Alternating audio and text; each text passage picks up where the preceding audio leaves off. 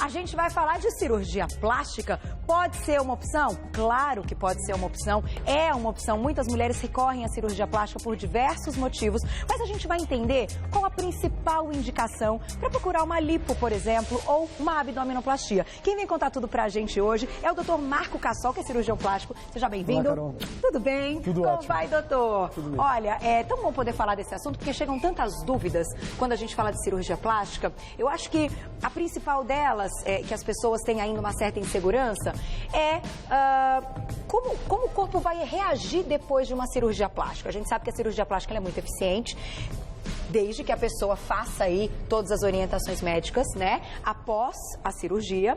Mas eu acho que ainda tem aquela dúvida de, será que essa cirurgia vai se manter? E por isso hoje pensamos numa pauta completa, tanto para falar da cirurgia plástica como da alimentação no pós-cirúrgico, né? Vamos começar falando então da lipo? Queria que você... vamos colocar o vídeo então, Mar? Vamos começar falando da lipo.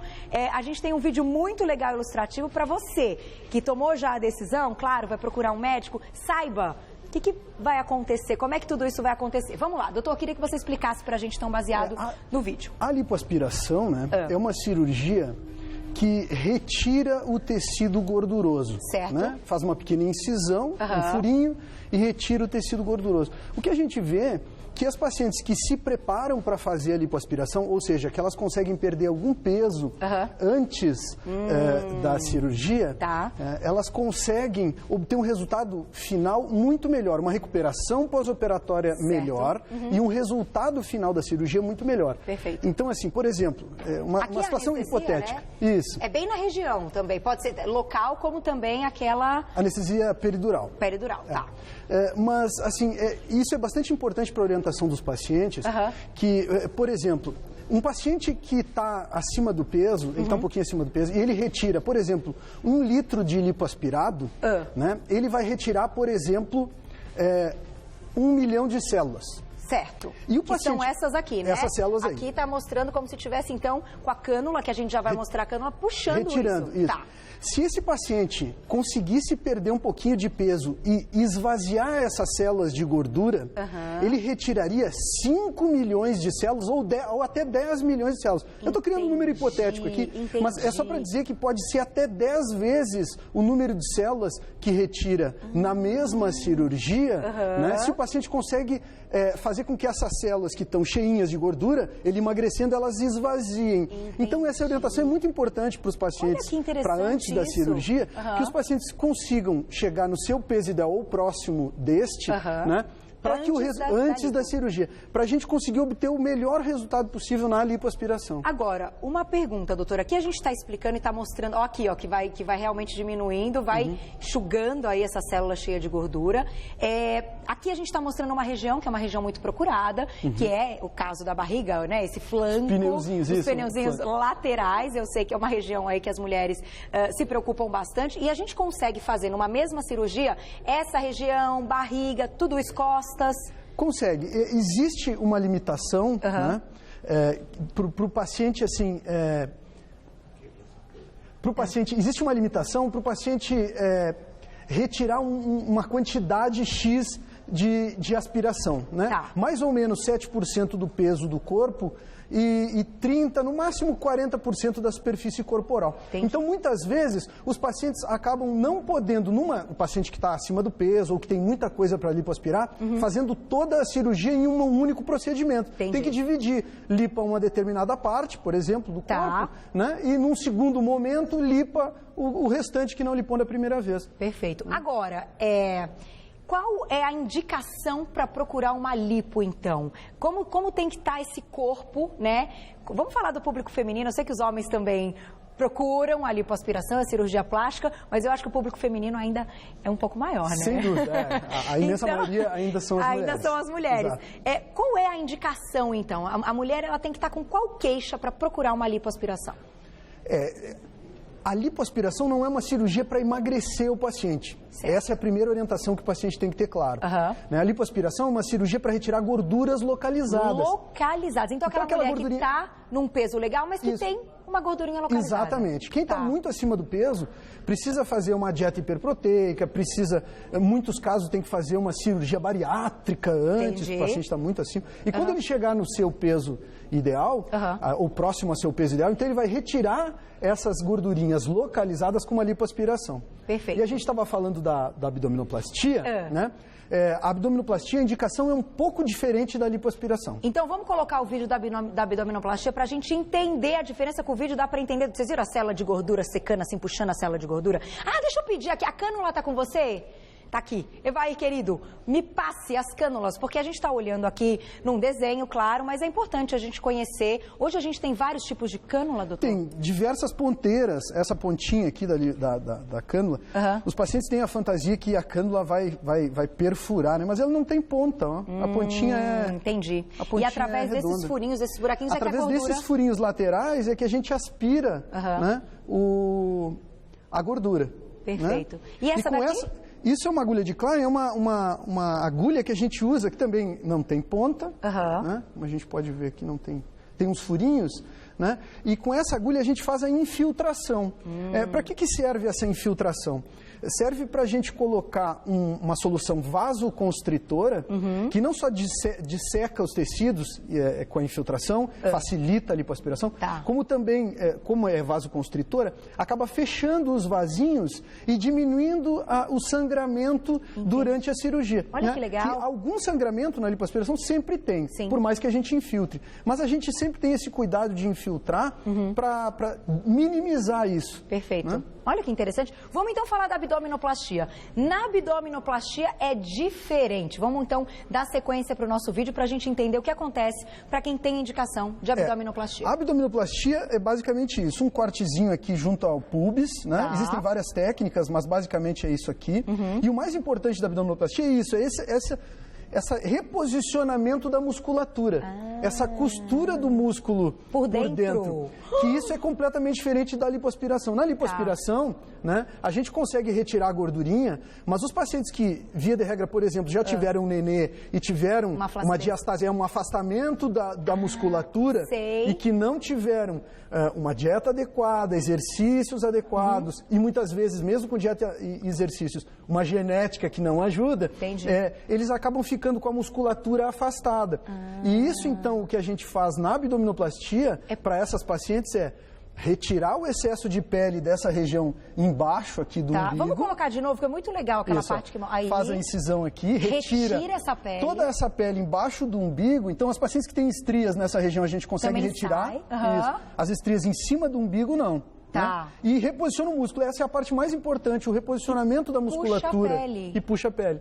Uau. Então, esse reposicionamento da musculatura faz com que o abdômen fique retinho, né, permanentemente, mesmo que essa paciente, por exemplo, venha a ter uma nova gestação, por exemplo, ou venha a ganhar mais peso, o abdômen continua retinho sempre. Como é feita essa recolocação do músculo, doutor? É uma sutura que a gente faz, é uma costurinha por dentro. É uma costurinha mesmo. Reposicionando o músculo naquela localização que ele tinha antes, por exemplo, antes da gestação. Entendi. Né? Então, o caso mais comum é quando a mulher está com uma certa flacidez depois de uma gestação e o músculo, então, se rompeu, saiu um pouquinho do lugar. Exatamente. E aí, isso dá para perceber. A gente já fez uma pauta aqui com uma... Ela era, eu acho que, fisioterapeuta, e ela mostrou um exercício que a gente pode fazer com as mãos, que a mulher percebe se esse músculo está ou não no lugar, né? É muito interessante, a gente já mostrou isso aqui no programa, deve estar no YouTube. Então, esse seria um jeito o único jeito, digamos assim, para fazer essa musculatura voltar. Muitas pacientes, mesmo tendo disciplina na alimentação, não estando acima do peso, muitas vezes fazendo uma hidratação adequada da pele, a pele tendo uma distensibilidade boa, ou seja, não fica com estria depois. Mesmo essa paciente fazendo exercícios físicos, ou seja, o abdômen dela é ok, mas fica aquele abdômen para frente. A única forma de deixar aquele abdômen retinho é reposicionando a musculatura. Olha que legal. Então a gente reposiciona a musculatura e com isso a musculatura fica permanentemente reposicionada. Mesmo que a paciente tenha uma nova gestação ou venha ganhar peso, ela vai acumular gordurinha em outros lugares, mas a musculatura, o abdômen fica reto.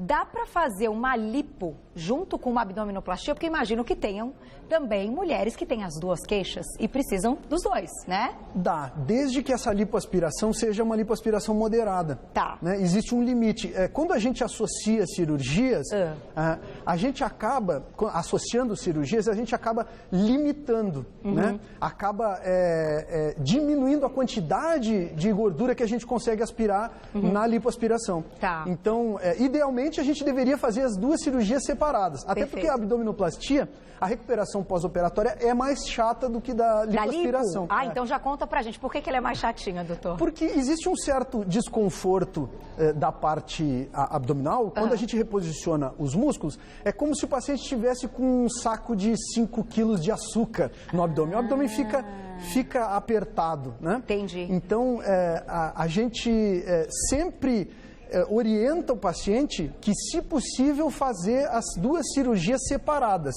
Tá. Muitos pacientes não conseguem ter essa disponibilidade de tempo, muitas vezes eles não conseguem esse ideal, acabam associando o abdômen a abdominoplastia à lipoaspiração. Retirar pequenas gordurinhas dos flancos e tal. Já fazem tudo junto. Fazem tudo junto, mas... Pra facilitar, né? Já que vai ficar afastadinho, que vai passar pela cirurgia, faz tudo Exatamente. de uma vez. Todos os pacientes querem fazer todas as cirurgias de uma vez Possíveis, só. né? E Colocar prótese, né?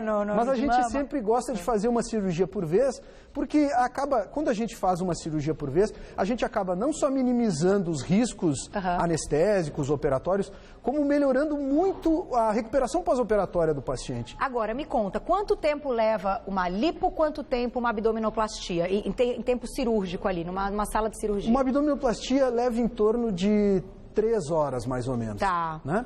E uma lipoaspiração, mais ou menos isso também, em torno de 2 a 3 horas. É claro que depende do abdômen da paciente. Aquela paciente que é magrinha, né, que não tem um excesso de pele muito grande, né? O panículo adiposo dela é menor. Entendi. É uma paciente que está em condições melhores, a cirurgia é mais rápida e a recuperação é melhor depois da cirurgia. Aquela paciente, por exemplo, a paciente pós cirurgia bariátrica, cirurgia da obesidade mórbida, aquela paciente que perdeu 70 quilos, eu tenho uma paciente que perdeu 130 quilos. Traz ela aqui, então, doutor. Vamos trazer ela aqui. Essas pacientes acabam tendo uma recuperação pós-operatória um pouco mais arrastada. Então, nesses casos, a gente sempre só faz uma cirurgia por vez. Para ser mais seguro. Isso. Vamos colocar uma perguntinha no Twitter, então vamos ver de quem que é. Diga-me, Estela?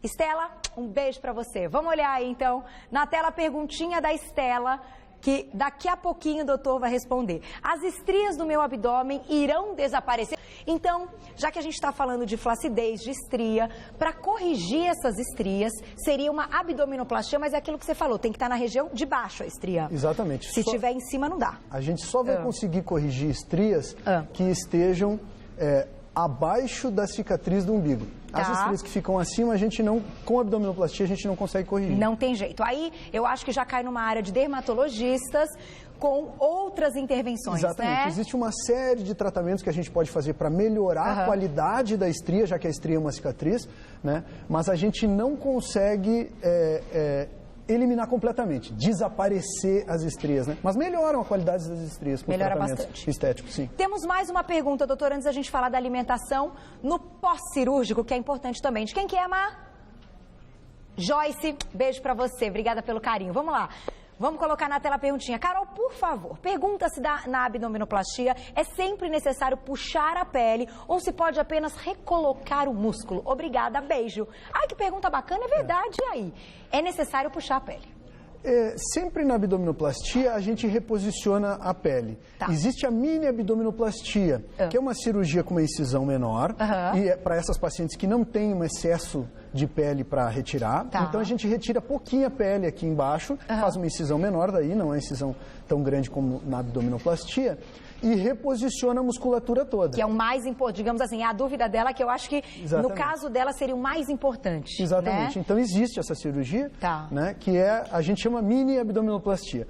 Reposiciona a musculatura, mas retira pouquinha pele. E não faz aquela cicatriz no umbigo, refazer a cicatriz do umbigo. O umbigo fica onde ele está, né, mas com aquele cortezinho em volta. Nessa mini abdominoplastia, a gente não faz essa cicatriz em volta da cicatriz umbilical. A cicatriz da abdominoplastia, como a gente pode até ver no vídeo, ela é um pouquinho maior a lipo, por exemplo, não tem cicatriz, porque é através da cânula. Ou teria também? Também tem. É só um furinho, né? Uma incisão pequenininha, né? Mas também tem uma cicatriz. É pequenininha, é um furinho. Mas tem. Tem que cuidar, tem. então, dessa cicatriz. Tem que também cuidar. É uma orientação pós-operatória. Sempre a gente orienta os pacientes. Mesmo na própria cesárea, né? Exato. A gente tem que cuidar ali, porque vai sumindo, né? O cortinho vai sumindo. Se cuidar direitinho, fizer tudo bonitinho. A gente orienta no consultório os pacientes a usarem um filme plástico com corticoide, que a gente tem bons resultados, com né? ele. É fácil de usar, ele não fica saindo, pode usar a roupa, não tem problema, como as placas de silicone, que são muito boas também, mas são mais difíceis de colocar em algumas regiões do corpo. Perfeito. Esse filme tem excelentes resultados. Inclusive é usado também nessa cesárea, né? Na cesárea, como eu comentei. Eu acho que foi esse que eu usei. Doutor, importantíssimo falar de alimentação. A gente pensou numa pauta hoje completa. Então, já que a gente está falando da cirurgia, o doutor já explicou que emagrecer um pouquinho para a cirurgia é importante. Porém, o controle depois da cirurgia, eu acho que é ainda mais. Tem que mudar hábitos, é isso. Só assim essa cirurgia vai se manter. É mais ou menos isso. Exatamente. A gente colocou algumas coisas aqui, né? Algumas farinhas aqui, amaranto, linhaça, né? Linhaça, quinua, chia, a gente não tem aqui. Mas são algumas farinhas que são probióticos e também ajudam, né, a melhorar, aumentar, removimentar o estômago, o intestino. Depois da anestesia, eles acabam diminui a velocidade de funcionamento, né? Então essas farinhas não só saciam o paciente, né, como eles também acabam voltando à movimentação normal dos intestinos, do estômago, primeiramente. Pode dar uma mexida nesse pós-cirúrgico, né? A pessoa pode ter uma prisão de ventre. Sempre tem, porque com a anestesia, né, todo o trato digestivo fica diminuído o funcionamento. Entendi. Então a gente quer estimular novamente, né, para voltar a funcionar normalmente. Perfeito. Então, essas farinhas são estimulantes do funcionamento do estômago no primeiro momento e depois dos intestinos. Porque tem bastante fibra, né? Exato. Agora, bicarbonato de sódio? Isso, também. É bicarbonato com limão. Sério? Né? O bicarbonato na água, né, ele acaba alcalinizando esse suco de limão, né? E ele acaba aumentando o esvaziamento gástrico, ou seja, aumentando o funcionamento do estômago, né?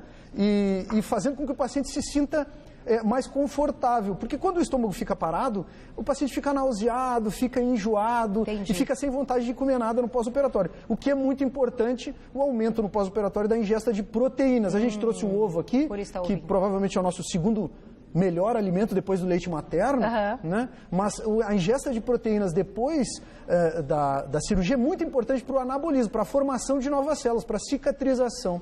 Né? Entendi. Então, não só então para a parte muscular, que a gente sabe que é a proteína que ajuda na construção muscular, mas também para a construção de novas células que não de gordura. Exatamente. Para a pessoa também não ganhar peso. Agora, importante falar sobre isso. Quando a gente esvazia essas células de gordura, como a gente mostrou na lipo, por exemplo, tirando as células de gordura e murchando outras, se esse paciente não mudar a dieta e uma atividade física em seguida a essa cirurgia, pode voltar tudo de novo, não pode, doutor? Pode, né? Isso, claro, tem relação com o quanto a gente vai lipoaspirar daquela área. Né? Mas o que acaba acontecendo é que, diferente da dieta, na dieta o paciente emagrece, né? Mas as células ficam todas vivas, prontas para... Elas esvaziam, mas elas ficam prontas para encher novamente. E o que acontece na cirurgia, na lipoaspiração, a gente retira as células. Então o corpo tem que fazer uma nova célula. Entendi. Né? Isso demanda muito mais tempo, muito mais energia, é muito mais difícil para aquele tecido. Entendi. Né? Então, mas às vezes a pessoa engorda, ela fez uma lipo na barriga, mas ela engorda, aparece no braço. Exatamente. É mais ou menos isso. Exatamente. Os outros lugares que a gente não fez a lipoaspiração, continuam os tecidos normais e o paciente, se ganhar peso, vai engordar nesses lugares. Agora, a gente sabe que depois de cirurgias como essa, abdominoplastia e a lipoaspiração, tem um certo tempo para a pessoa voltar a essa rotina de atividade física. Como é que é essa volta? Então, queria que você falasse quais atividades você recomenda e qual o período que essa pessoa tem que ficar de repouso. Que eu acho que para mim seria o mais difícil. Na lipoaspiração... Meu Deus, repouso é difícil, né? Para todo mundo né? Todo mundo tem jeito. uma vida muito ativa. Na lipoaspiração, né, a gente pede que os pacientes fiquem pelo menos uma semana, né, de molho, logo após a cirurgia, né, 2 semanas sem dirigir e pelo menos 1 mês sem esforço físico exagerado. Tá. Né, e depois de 2 meses, volta à vida absolutamente sem nenhuma restrição. Na abdominoplastia, a restrição é um pouco maior. O paciente precisa umas 2 semanas de repouso, umas 3 semanas sem dirigir, né?